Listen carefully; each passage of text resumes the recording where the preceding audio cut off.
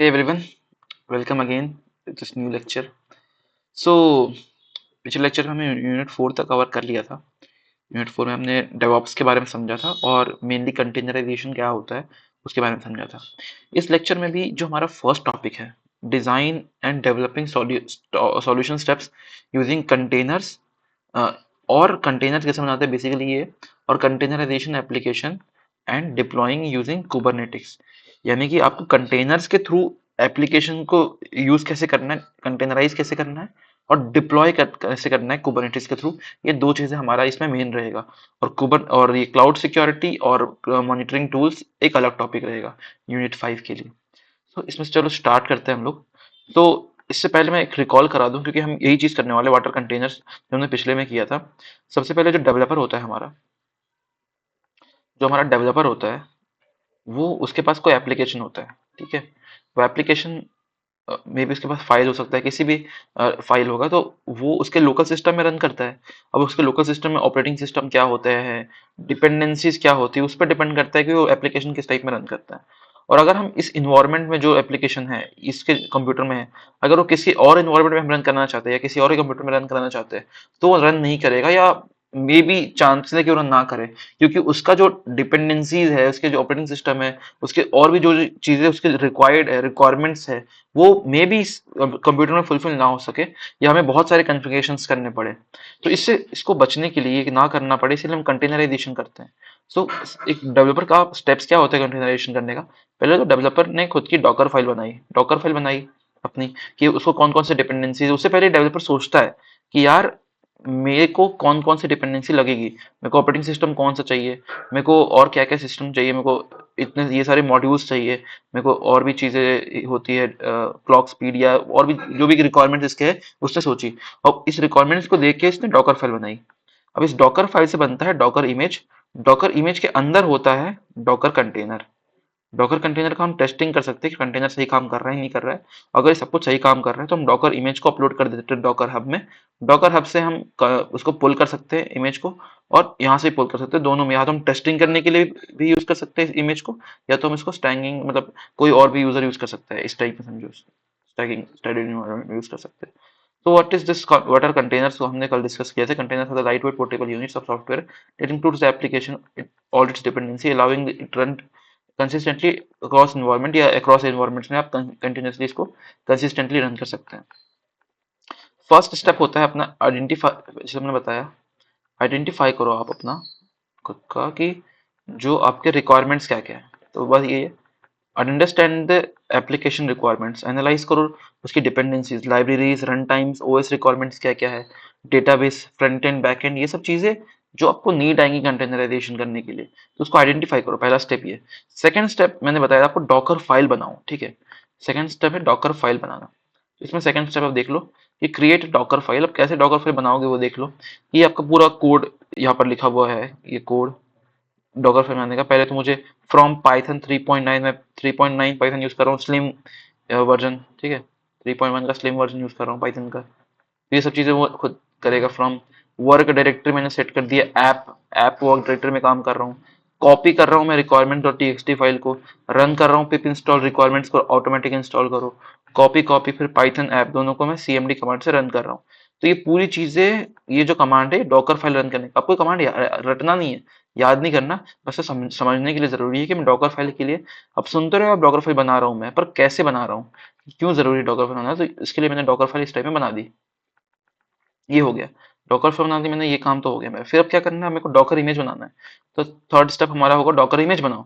तो मुझे Docker image, container image या डॉकर इमेज बोल सकते हो, वो अपने वो क्रिएट कैसे होगा। तो आपने जैसे डॉकर फाइल बनाई, उससे वो ऑटोमेटिकली डॉकर इमेज क्रिएट हो जाता है, जिसमें कि वन फॉर फ्रंट एंड और one for back and database, दोनों के लिए अलग अलग इमेज बनती है। फ्रंट एंड के लिए अलग इमेज बनती है, बैक एंड के लिए अलग इमेज बनती है। तो ये हो गया हमारा काम यहाँ तक, टिक। तीन स्टेप हो गए। फर्स्ट स्टेप हमने सोचा रिक्वायरमेंट्स क्या क्या है, सेकंड स्टेप हमने डॉकर इमेज बनाया, जो कि कोड आप देख सकते हो। डॉकर फाइल बना ली, डॉकर इमेज हमारा थर्ड स्टेप में ऑटोमेटिकली बन जाता है, फ्रंट एंड के लिए अलग, बैक एंड के लिए अलग। अब उसके बाद क्या होता है, उसके बाद हमारे कंटेनर्स बन जाते हैं। जैसे हमने इमेज बना ली, अब हम जैसे ही डॉकर बिल्ड कमांड रन करेंगे, ठीक है, जो हमने, अगर हमने जो इमेज बनाई है, तो अगर हम एक बार डॉकर बिल्ड कमांड रन करेंगे, तो हमारा जो जो इमेज था उसके उसमें जो कंटेनर्स डेवलप हो जाएंगे, कंटेनर्स बिल्ड हो जाएंगे, ठीक है। तो कंटेनर्स बिल्ड हो गए हमारे, यानी कि हमने जो डॉकर इमेज बना लिया, अब हम जैसे डॉकर बिल्ड यूज करेंगे तो ऑटोमेटिकली हमारा डॉकर कंटेनर रेडी हो जाएगा। अब हम इसमें अपनी टेस्टिंग कर सकते हैं। क्या कर सकते हैं? बिल्ड टेस्टिंग कर सकते हैं कंटेनर्स की, कंटेनर सही काम कर रहे हैं कि नहीं। उसमें कंटेनर्स को देख सकते हैं, उसमें उसमें क्या क्या डेटा स्टोर्ड है, या उसमें मल्टीपल कंटेनर बनाना है एप्लीकेशन, तो हम डॉकर कंपोज से बना सकते हैं, ये कमांड रन कर सकते हैं। पर ये ऑप्शनल है कि मुझे अगर मल्टीपल कंटेनर्स बनाने हैं नहीं बनाने हैं, डिपेंड करता है। तो मैं सीधा उसको यूज कर सकता हूँ। मैंने पहले डॉकर बिल्ड किया कंटेनर बनाने के लिए, और फिर मैं डॉकर कंपोज यूज करूंगा अगर मुझे मल्टीपल कंटेनर बनाने हैं या कंटेनर्स को मैनेज करना है। अगर मल्टीपल कंटेनर्स है, इसको मैनेज करने के लिए हम डॉकर कंपोज यूज कर सकते हैं। और Docker example Docker compose YML ये कमांड यूज करने से मैं डॉकर कंपोज यानी कि उसको मल्टीपल डॉकर कंटेनर को मैनेज कर सकता हूँ। और इस टाइप के मैं कोड उसमें डाल सकता हूँ कि ये क्या होता है मैं बताता हूँ। डॉकर कंटेनर का कि आपने सर्विसेज को बिल्ड किया, ठीक है, पोर्ट्स आप बता रहे हो कि इस पोर्ट में चलने वाला है 5000 पोर्ट। ये इनिशियल ये क्लाइंट का पोर्ट होता है, ये सर्वर का पोर्ट होता है, जिसको बोलते हैं पोर्ट एक्सपोज करना। और डेटाबेस आप मेंशन कर सकते हो, डेटाबेस में आप पोस्ट ग्रीक्यूएल और लेटेस्ट वर्जन यूज कर रहे हो। इन्वायरमेंट बता सकते हो कि पोस्ट ग्रीक्यूएल का यूजर इन्वायरमेंट का यूजर नेम है यूजर, और पासवर्ड है पासवर्ड। ये सब चीज आप डिफाइन कर सकते हो। ये सब चीज कहाँ डिफाइन हो रही है? खुद देखो, मैं कंटेनर में डिफाइन करा रहा हूँ। यस, ये कंटेनर में भी काम चल रहा है। ठीक है, मैंने सब कुछ स्टेप बाय स्टेप समझा कि पहले मैंने इन्वायरमेंट सेटअप किया, एप्लीकेशन इन्वायरमेंट सेटअप किया। ठीक है, अब मेरा क्या होने वाला है मैंने सोचा, फिर मैंने डॉकर की फाइल बनाई, फिर मैंने डॉकर इमेज बनाई, फिर डॉकर बिल्ड कमांड रन किया ताकि मेरे डॉकर कंटेनर बन जाए। डॉकर कंटेनर को मुझे मैनेज करना है तो डॉकर कंटेनर के लिए कंपोज फाइल यूज करूंगा, अगर मल्टी कंटेनर है तो मैनेज करने के लिए। ओके, तो मैनेज मैनेज हो गया हमारा। अब नेक्स्ट काम हमें करना है क्या, कि हमें उसको डिप्लॉय करना है सीधा। कहाँ डिप्लॉय करना है? डिप्लॉय करना है हमें डॉकर हब में। तो डॉकर हब में डॉकर इमेज डिप्लॉय होती है। ठीक है, तो डिप्लॉयमेंट प्रोसेस हो जाएगा सीधा। आपको बस वो डायग्राम क्लियर रखना है, आपको रटना कुछ नहीं है। आपको कुछ ये सब प्रोग्राम भी याद नहीं रखना, ठीक है, आपको बस ऐसे ही। तो आप जैसे ही डॉकर इसमें आप रन कर सकते हो, मतलब डिप्लॉय कर सकते हो एक बार में। उसके लिए भी अलग कमांड्स होती है, पर आप डॉकर हब में डिप्लॉय कर सकते हो, कुबरनेटिस में डिप्लॉय कर सकते हो, क्लाउड प्लेटफॉर्म में डिप्लॉय कर, इससे ECS में डिप्लॉय कर सकते हो अपने इमेज को। तो ये सब चीजें आप कर सकते हो, आपका डिप्लॉय सॉल्यूशन हो जाएगा। तो इस मेथड के थ्रू आपने क्या किया, अपने कंटेनर को डिप्लॉय कर दिया डॉकर हब में। यही तो पूछा था ना इसमें, developing solutions steps using containers. Container से आपने अपने एप्लीकेशन का को डिप्लॉय कर दिया। अब हम तरीका समझेंगे कुबरनेटिस से हम कैसे करें। अभी हमने कंटेनर से तो कर लिया, अब कुबरनेटिस से समझते, कुबरनेटिस से करने का तरीका क्या है। तो पहले समझते कुबरनेटिस है क्या यार। कुबरनेटिस हम समझते रहे, कुबरनेटिस है क्या। So Kubernetes is a open source platform, very important. Kubernetes एक ओपन सोर्स प्लेटफॉर्म है फॉर ऑटोमेटिंग डिप्लॉयमेंट, यानी कि जो हमारा जो भी चीज था उसको डिप्लॉय करने के लिए काम आता है, स्केलिंग स्केल करने में काम आता है, एंड मैनेजिंग कंटेनराइज्ड एप्लीकेशन। जो एप्लीकेशन कंटेनराइज्ड हो चुका है उसको मैनेज करने के काम आता है कुबरनेटिस। मैंने फर्स्ट लेक्चर में आपको K8 इंजन के बारे में बताया था कि क्या कुबरनेटिस किस टाइप में काम करता है, स्केलिंग में कैसे काम करता है। तो ये सब चीजें हमने डिस्कस की थी पहले। तो सबसे पहले कुबरनेटिस में काफी सिंपल स्टेप होते हैं, इसमें डॉकर जितना कुछ नहीं करना पड़ता। सबसे पहले आपको कुबरनेटिस को इंस्टॉल करना पड़ता है, स्टेप 1। कुबरनेटिस को इंस्टॉल करो आप। फिर आपको सेकंड मतलब यूज मैनेज कुबरनेटिस, इसके लिए आप कुबरनेटिस सर्विसेज यूज कर सकते हो, जैसे JKE गूगल कुबरनेटिस इंजन, या EKS AWS elastic Kubernetes service use कर सकते हो कुबरनेटिस के लिए। ये फर्स्ट स्टेप था, आपको कुबरनेटिस को इंस्टॉल करना है। उसके बाद इंस्टॉल करने के बाद सेकंड स्टेप है हमारा कि हमें क्रिएट करना है कुबरनेटिस का YAML फाइल, कॉन्फ़िगरेशन फाइल। यानी कि कुबरनेटिस का YAML कॉन्फ़िगरेशन फाइल को हमें सेटअप करना पड़ता है, क्रिएट करना पड़ता है। और इस टाइप में वो दिखता है, देखो, पॉड डेफिनेशन, इस टाइप का पूरा कोड रहता है। ये पूरा कुबरनेटिस का कोड है कि हाँ मैंने वर्जन सेट किया, वर्जन 1 है, काइंड है पॉड, और मेटा डेटा यानी कि डेटा का डेटा। तो app.py मेरे फाइल का नाम है, स्पेक्स क्या है, कंटेनर है, ऐप का नाम, और लेटेस्ट कंटेनर का इमेज यूज करते हैं, इमेज को डिप्लॉय कर रहे हैं ना, ऐसा करूँ डिप्लॉय कर रहा है इमेज को, तो इमेज को डिप्लॉय, और कहाँ डिप्लॉय करेंगे, पोर्ट नंबर लिख दिया हमने 5000। तो ये पूरा जो कोड है इसके थ्रू हमारा इसको बोल, ये हमारा YAML कॉन्फ़िगरेशन फाइल में ये कोड रहता है। ठीक है, और इस कोड को हम लोग कुबरनेटिस के थ्रू अब हम कैसे करते हैं, नेक्स्ट स्टेप देखते हैं। ये हमारा हो गया, हमने क्रिएट कर दिया YAML file, second step done. Third step सीधा डिप्लॉयमेंट, कुछ बीच में काम ही नहीं है हमारा, सीधा डिप्लॉयमेंट कॉन्फ़िगरेशन। अब ये कोड हमें और रन करना है डिप्लॉयमेंट के लिए। क्या है इसमें कोड में है कि हमें क्या करना है, क्लाइंट पहले डिफाइन कर दो, मकसद को पहले ही डिफाइन कर दो, हमें डिप्लॉयमेंट करनी है।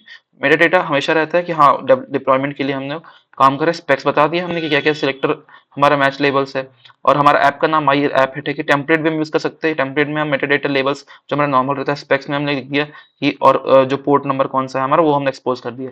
ये सब करने के बाद हमारा ऑटोमेटिकली डिप्लॉयमेंट हो जाएगा। Third and the last step is apply configuration, कि अपने कॉन्फ़िगरेशन को अप्लाई करो। कुबरलेट अप्लाई कमांड को यूज करके आप डिप्लॉय रिसोर्सेज अपने जो भी आपको कॉन्फ़िगरेशन लगाने हैं उसको ऑटोमेटिक लग जाएंगे इस कमांड को रन करके। और इसके बाद आपको पूरा चीज जो है वो डिप्लॉयड हो जाएगा कुबरनेटिक्स में।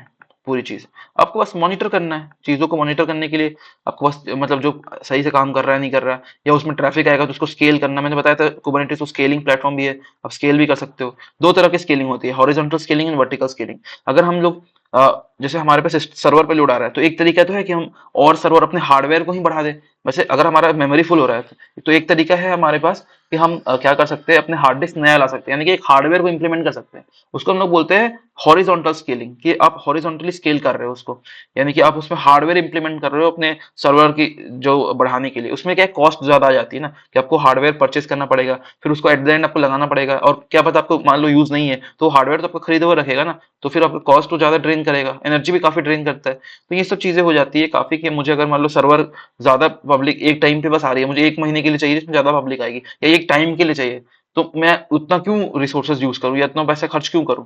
तो उसके जगह में मैं वर्टिकल स्केलिंग यूज कर सकता हूँ। वर्टिकल स्केलिंग में वर्चुअल मेमोरी यूज कर सकता हूँ। Virtual memory in the sense कि मुझे जब जरूरत होगी तब मैं वह क्लाउड का ड्राइव में चीजें स्टोर करके रख सकता हूँ। ये इस ऑल्टरनेटिव है, तो मुझे स्केल करने में, मॉनिटर करने में कुबरनेटिस का रोल आ जाएगा इस स्टेप में। तो ये सर्विसेज से मैं मॉनिटर कर सकता हूँ, इससे मैं स्केल कर सकता हूँ, स्केल डेवलपमेंट। तो इसके थ्रू हम समझ गए कुबरनेटिस से चीजें कैसे काम करती है। कुबरनेटिस हमने अभी देख लिया, एक बार फिर से रिवीजन कर लेते हैं। कुबरनेटिस हमने क्या देखा? सबसे पहले कुबरनेटिस को इंस्टॉल करो, फिर कुबरनेटिस के YAML फाइल को, कॉन्फ़िगरेशन फाइल को इंस्टॉल करो, मतलब उसको क्रिएट करो। उसके बाद डिप्लॉयमेंट के लिए भी कॉन्फ़िगरेशन सेट करो। तो हमने 3 स्टेप देखे। फर्स्ट स्टेप कुबरनेटिस को इंस्टॉल करना, YAML फाइल को यूज करना, कॉन्फ़िगर करना, 2 चीज। तीसरी चीज डिप्लॉयमेंट कॉन्फ़िगरेशन करना, 3 चीज हो गई। चौथी चीज क्या है हमारी? अप्लाई करो कॉन्फ़िगरेशंस को, ठीक है? चौथी चीज। और पांचवी चीज मॉनिटर और स्केल। ये 5 चीज के थ्रू हमने कुबरनेटिस से समझ लिया। और इसमें कौन-कौन सी चीजें थी डॉकर वाले में, इसमें भी समझ लेते हैं। सबसे पहले एप्लीकेशंस को इमेजिन करो, एप्लीकेशन क्या होने वाली है, डिपेंडेंसी क्या होने वाली है। First step, create the dependencies of the application. क्या था? Understand the application requirements. Second step is create the Docker file. Third step is Docker image. Fourth जो हमारा स्टेप है, डॉकर कंटेनर को करो।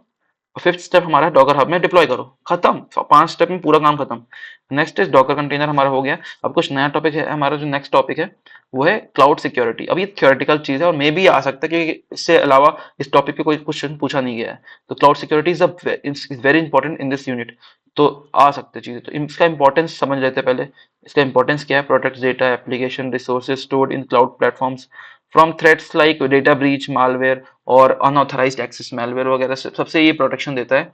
तो की प्रिंसिपल्स क्या है? मैंने आपको बताया था, ऑथेंटिकेशन, ऑथराइजेशन, 2 चीज याद रखो आप। ऑथेंटिकेशन किसका होगा और ऑथराइज कौन कौन होगा, ये चीजें। अब जैसे क्लाउड में कुछ कुछ IAM आपने सुना होगा, आइडेंटिटी एंड एक्सेस मैनेजमेंट, यानी कि आपके क्लाउड को कौन एक्सेस कर सकता है। फॉर एग्जाम्पल मेरा एक क्लाउड है, मेरा क्लाउड है खुद का। अब इस क्लाउड का एडमिन तो मैं हूं ना। अब मान लो कोई भी एक बंदा आया ए, या कोई भी एक बंदा आया, अब वो चाहता है मेरे क्लाउड को एक्सेस करे या मेरे क्लाउड में कोई इंस्टेंस को डिलीट करे। क्या वो कर सकता है? नहीं। क्यों? क्योंकि इस क्लाउड का एडमिन मैं हूं, मैं कर सकता हूँ, लेकिन कोई और सामने नहीं चाहता, सामने वाला नहीं कर सकता। पर मैं चाहता हूं कि सामने वालों को मैं वो एक्सेस दूं, कि यार तुम कोई भी इंस्टेंस को क्रिएट कर सकते हो, किसी को डिप्लॉय कर सकते हो, तो मैं उसको एक्सेस दूंगा। क्यों? एज एडमिन मैं उसको एक्सेस दूंगा ना। तो ये सब चीज मैं कर सकता हूँ IAM के प्रेजेंस में। क्लाउड में आइडेंटिटी एंड एक्सेस मैनेजमेंट के थ्रू मैं किसी को भी कोई भी एक्सेस दे सकता हूँ, एडमिन का एक्सेस नहीं दे सकता, एडमिन एक ही रहता है। तो इस टाइप में मैं यूज कर सकता हूँ। तो जैसे AWS का भी IAM होता है, Azure का भी एक्टिव डायरेक्टरी नाम होता है। तो इस टाइप में मैं मल्टी फैक्टर ऑथेंटिकेशन भी सेटअप कर सकता हूँ, MFA, कि कितने लोग एक्सेस कर सकते हैं, डेटा ब्रीच ना हो, इस टाइप में चीजों के लिए। तो मैं ये सब चीज कर सकता हूँ। डेटा इंक्रिप्शन करा सकता हूँ कि मेरा डेटा जो ट्रांजिट करे वो SSL, यानी कि SSL मतलब HTTPS लिखते हैं हम लोग, सिक्योरिटी के लिए होता है। उसका भी एक होता कारण होता है, चलो ऐसे बता देता हूँ। SSL लिखने का मतलब होता है वो स्टेटफुल हो जाता है, HTTP जो होता है वो स्टेटलेस होता है। तो स्टेटफुल से स्टेटलेस करा देते हैं। तो ये सब चीजें बात की बात है, नेटवर्क्स में पढ़ोगे आप। तो SSL और TSL हम यूज कर सकते हैं सर्विस में, जैसे कुबरनेटिक्स मैनेजमेंट सर्विसेज में हम यूज कर सकते हैं फॉर डेटा इंक्रिप्शन।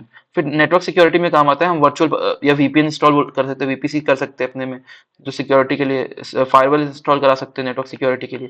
ये सब क्लाउड के सिक्योरिटी पे काम कर रहे हैं। पहले ऑथेंटिकेशन, ऑथराइजेशन, डेटा इंक्रिप्शन के लिए आप यूज कर सकते हो SSL वगैरह, जिसमें आपके डेटा एक्सपोज ना हो ज्यादा कहीं से भी, सिक्योरिटी यूज कर सकते हो बेसिकली। फिर नेटवर्क सिक्योरिटी के लिए फायरवॉल यूज कर सकते हो। कंटिन्यूस मॉनिटरिंग कर सकते हो क्लाउड वॉच से, AWS क्लाउड वॉच से, कंटिन्यूस मॉनिटरिंग की कुछ दिक्कत ना हो, फिर अगर कुछ मान लो कुछ दिक्कत भी हो गई तो वल्नरेबिलिटी मैनेजमेंट भी अपने पास है, पेनिट्रेशन टेस्टिंग कर सकते हैं हम लोग, या अपडेट और पैच सॉफ्टवेयर को यूज कर सकते हैं। फिर हम लोग बैकअप और डिजास्टर रिकवरी, मान लो कुछ हो भी गया तो उसके लिए हमारे पास बैकअप भी अवेलेबल है, AWS बैकअप या एज्योर बैकअप, इसके थ्रू हम बैकअप भी कर सकते हैं। तो सब चीज हम फुल फ्लेज तैयार है। ठीक है, तो पहले हमने क्या किया, पहले हमने यूजर को सेटअप किया कौन कौन यूज करेगा, फिर हमने डेटा को सही किया, ठीक है, फिर हमने नेटवर्क को सही किया, फिर हमने कंटिन्यूस देखता रहा मैं कुछ अलग गलती ना हो, और कुछ गलती हुआ तो उससे बचने के लिए तरीके भी है, और मान लो गलती हो भी गया तो फिर उसको बैकअप करने का तरीका है। तो ये पूरे स्टेप के थ्रू मैं क्लाउड सिक्योरिटी पे एक्सप्रेस मतलब बेसिकली ध्यान दे सकता हूँ, इंपॉर्टेंस दे सकता हूँ। ये पूरे स्टेप्स होते हैं क्लाउड के। Next is monitoring tools. अब हम मॉनिटर कैसे करते हैं, तो मॉनिटरिंग करने के लिए हम लोग monitoring tools are used to track the performance and availability security of the application and infrastructure in real time। अच्छा, तो पॉपुलर मॉनिटरिंग टूल्स क्या क्या है, तो पॉपुलर मॉनिटरिंग टूल्स देखो सबसे पॉपुलर दो होते हैं, ग्राफाना और डेटाडॉग। ग्राफाना का मैं एग्जांपल लेके आया हूँ, देखो पिक्चर भी है मेरे पास, दिस इज ग्राफाना, ये ग्राफिना का पिक्चर देख सकते हो। रिक्वेस्ट का period, success rate, connections request, HTTP 3 times, HTTP 4, ये एचटीटीपी के वर्जन होते हैं एक्चुअली, ये अलग अलग वर्जन एचटीटीपी काम करता है, 4 भी आ गया, अब तो 5 नहीं चलता ठीक से। तो ये एचटीटीपी की पूरी चीजें पोर्ट्स बता रहे हैं, ये इसके परफॉर्मेंस बता रहे हैं, ये लेटेंसी हीट मैप बता रही है, लेटेंसी, ये सब चीजें ग्राफिना दिखाती है आपको कि आप क्लाउड का परफॉर्मेंस क्या है। देखो इससे आप क्लाउड को कंटिन्यूसली मॉनिटर कर सकते हो। अब सोचो यही चीज वो जियो जियो सिनेमा में यूज होती है, जब जियो सिनेमा पब्लिक हम लोग आते हैं ना तो ये ग्राफ ग्राफ ऐसे से हो जाता होगा, ये पूरी चीज ऐसे से हो जाती होगी। ये सिर्फ लोग क्या है, मॉनिटर जो डेवलपर है मॉनिटर करते हैं कि हाँ इतना तक आ गया। सोचो, आप खुद सोचो, ये चीज आपको दिखेगी बैकएंड में जो यूज कर रहा होगा जियो सिनेमा का, जो उसने बनाया होगा डेवलप किया होगा, इस टाइप में चीजों को देखता होगा वो।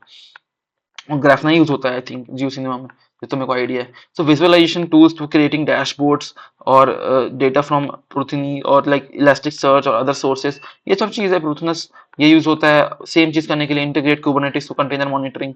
फिर एडब्ल्यूएस क्लाउड वॉच, ये आपको पढ़ना, अगर आपने एडब्ल्यूएस पढ़ा होगा तो हमें ये पढ़ना है, क्लाउड वॉच हम यूज भी करेंगे फ्यूचर में, कभी हम आपको वीडियोस डालेंगे एडब्ल्यूएस की सीरीज से, हमें जुड़ जाओ और बेल आइकन प्रेस कर दो ताकि आपको एडब्ल्यूएस के सारे नोटिफिकेशन आए। एडब्ल्यूएस में सिखा रहा हूँ मैं, और हमने शायद डॉकर्स भी कंप्लीट कर लिए इसमें, तो ये सारी चीज हम प्रैक्टिकली इसमें कर चुके हैं।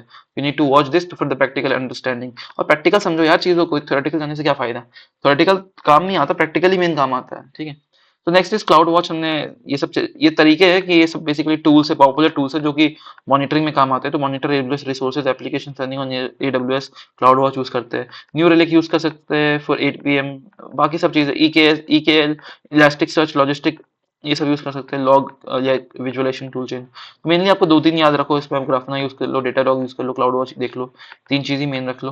तीनों के बाद थोड़ा सा एक्सप्लेन कर दो। फिर ये इसका थोड़ा सा एडवांस वर्जन है, इसको नहीं भी करोगे तो चलेगा, ये मैंने ऐसे डाल दिया था।